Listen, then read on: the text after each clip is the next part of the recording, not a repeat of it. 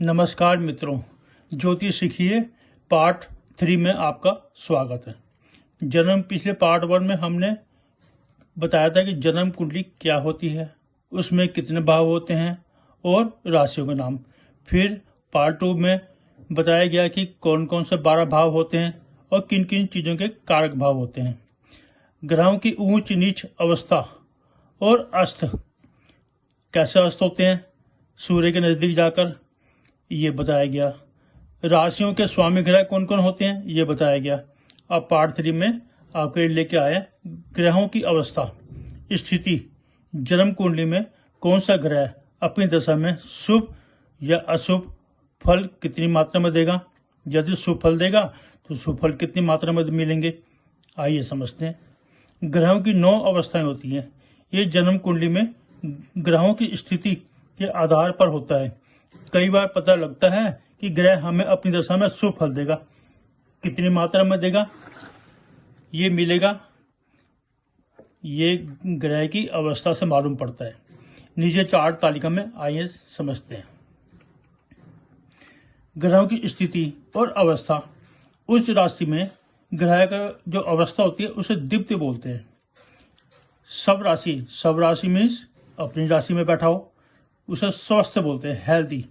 अति मित्र जो उसका बहुत ज्यादा तगड़ा फ्रेंड हो, मुदित अवस्था। मित्र उसमें शांत अवस्था में ग्रह होता है। सम मीन्स न शत्रु न मित्र, उसमें दीन अवस्था में होता है। शत्रु ग्रह की स्थिति में दुखी होता है। पाप ग्रह विकल, अति शत्रु में खल। सूर्य से अस्त हुआ तो कोपी। अब समझते हैं दीप अवस्था वाला ग्रह अपनी दशा अंतर्दशा में राज्य लाभ मीन्स सरकारी नौकरी। अधिकार मीन्स ऑफिसर, पावर मिलना। धन वाहन स्त्री पुत्र आदि का लाभ आदर सत्कार प्राप्त करता है। ग्रह की दशा अंतर्दशा में स्वास्थ्य लाभ, धन सुख विद्या यश स्त्री वाहन भूमि आदि का लाभ होता है। ये स्वस्थ होता है।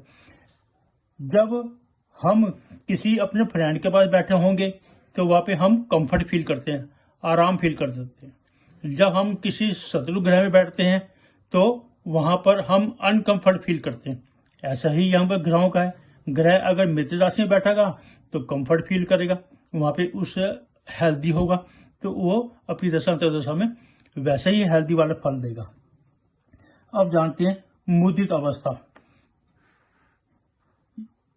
अवस्था में ग्रह यानी अधिमित्र राशि में स्थित ग्रह की दशा अंतर्दशा में वस्त्र आभूषण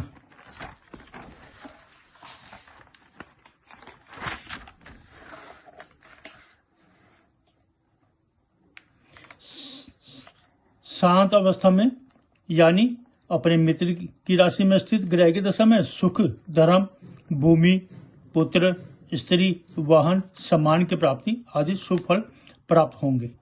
दीन अवस्था यानी समग्रह न शत्रु न मित्र की राशि में स्थित ग्रह की दशा अंतर्दशा में स्थान परिवर्तन, जगह जगह ट्रांसफर होनी, जगह जगह निकल एक शहर से दूसरे शहर जाना, काम के चक्कर में काम नहीं लगना, काम नहीं चलना, किसी भी कारण से बंधुओं से कष्ट, भाई बहनों से कष्ट, विरोध, निंदा होती है उसकी पीठ पीछे उसकी, यानी हमारे पीछे हमारी निंदा होती है।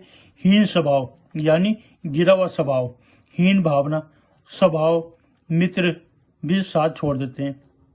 रोग आदि की संभावना बनती है क्योंकि हम एक ऐसे ग्रह की अंतर्दशा में जी रहे हैं उस टाइम जो दीन अवस्था वाला है। जो आप ही दीन अवस्था में है तो हमें भी वैसे ही रखेगा।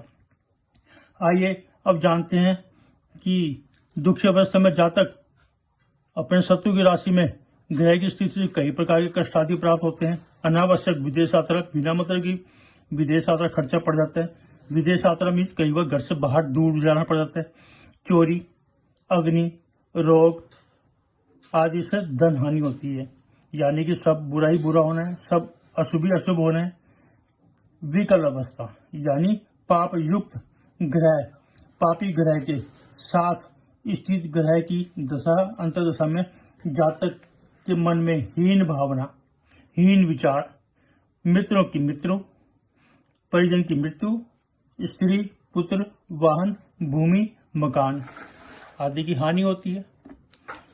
खल अवस्था यानी अति पाप ग्रह की राशि में स्थित ग्रह की दशा अंतर्दशा में जातक को कलह, क्लेश का सामना करना पड़ता है। वियोग, बंधु माता, बंधु भाई बहन, माता, स्त्री आदि की मृत्यु, शत्रुओं से पराजय, हानि, नुकसान, धन, भूमि, वाहन आदि की हानि जैसे फल प्राप्त होते हैं। अब कहते हैं कोपी अवस्था यानी सूर्य से अस्त ग्रह की दशा अंतर्दशा में जातक को अनेक प्रकार के कष्ट होते हैं। विद्या, धन, भूमि, वाहन, सगे संबंधी, बंधुओं से पीड़ा मिलती है। अब जानते हैं ग्रहों की बाल और कुमार आदि अवस्था।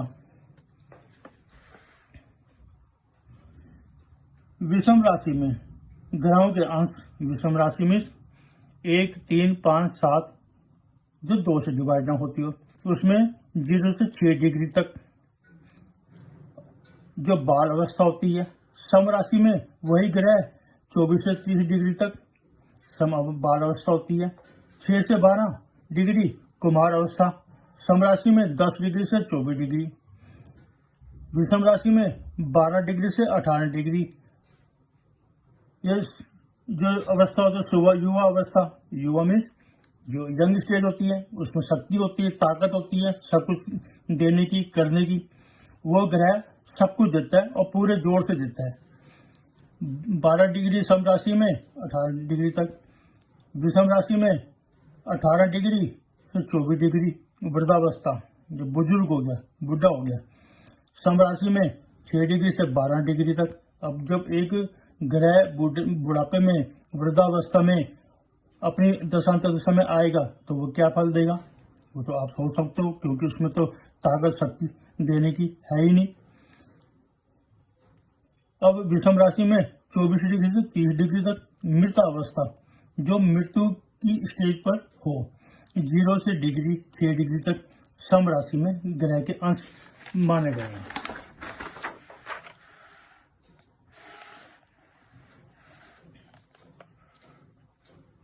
अब ग्रहों के फल उनकी उपरोक्त अवस्था अनुसार क्या होता है। बालावस्था में ग्रह का चौथाई फल मिलता है, 1/4 फल मिलता है, 25 पैसा फल मिलता है।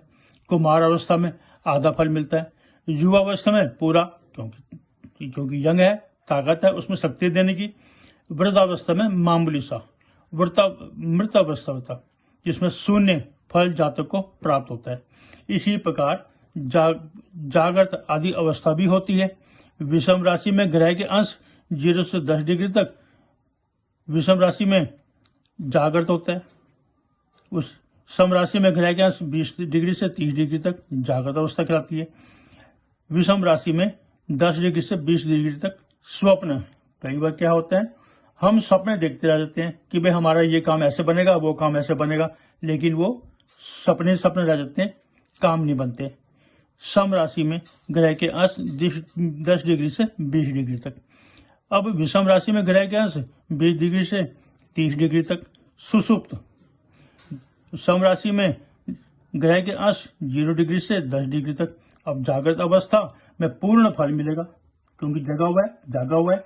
स्वप्न में मध्यम, सुषुप्त अवस्था में शून्य फल मिलता है। इसी प्रकार जातक को ग्रहों के फल उनकी उपरोक्त अवस्था के अनुसार जातक फल व्रत पराशर होरा शास्त्रम, जो पराशर मुनि ने एक किताब लिखी है, उसमें भी मिलता है यही वाक्य। ग्रह जातक को अपनी इन्हीं अवस्था बल के अनुसार फल देता है। अब बताते हैं ग्रहों के शुभ अशुभ गुण दोष।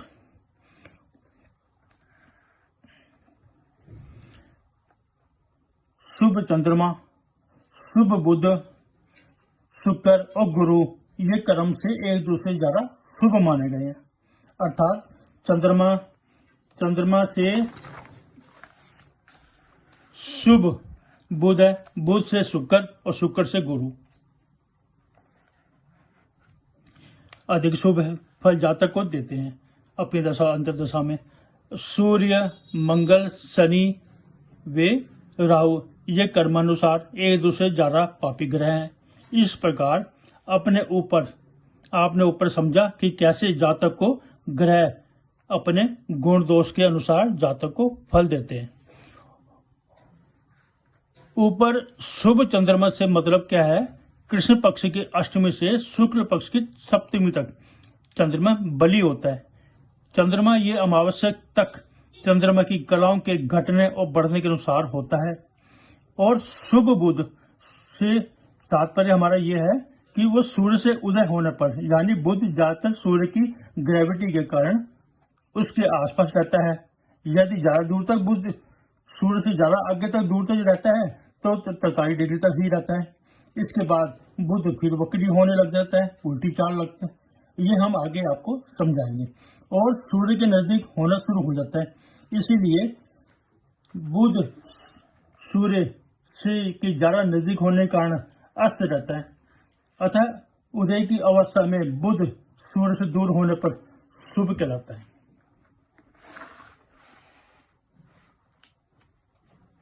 अब अगले पार्ट 4 में हम ग्रहों के आपसी संबंध, मित्र शत्रु के अलावा जन्म कुंडली के अनुसार तत्कालिक मित्र आदि के अलावा और भी बहुत कुछ, जैसे कि दृष्टि, ग्रहों की अलग, हर ग्रह की अलग अलग दृष्टि होती है, वो बताएंगे।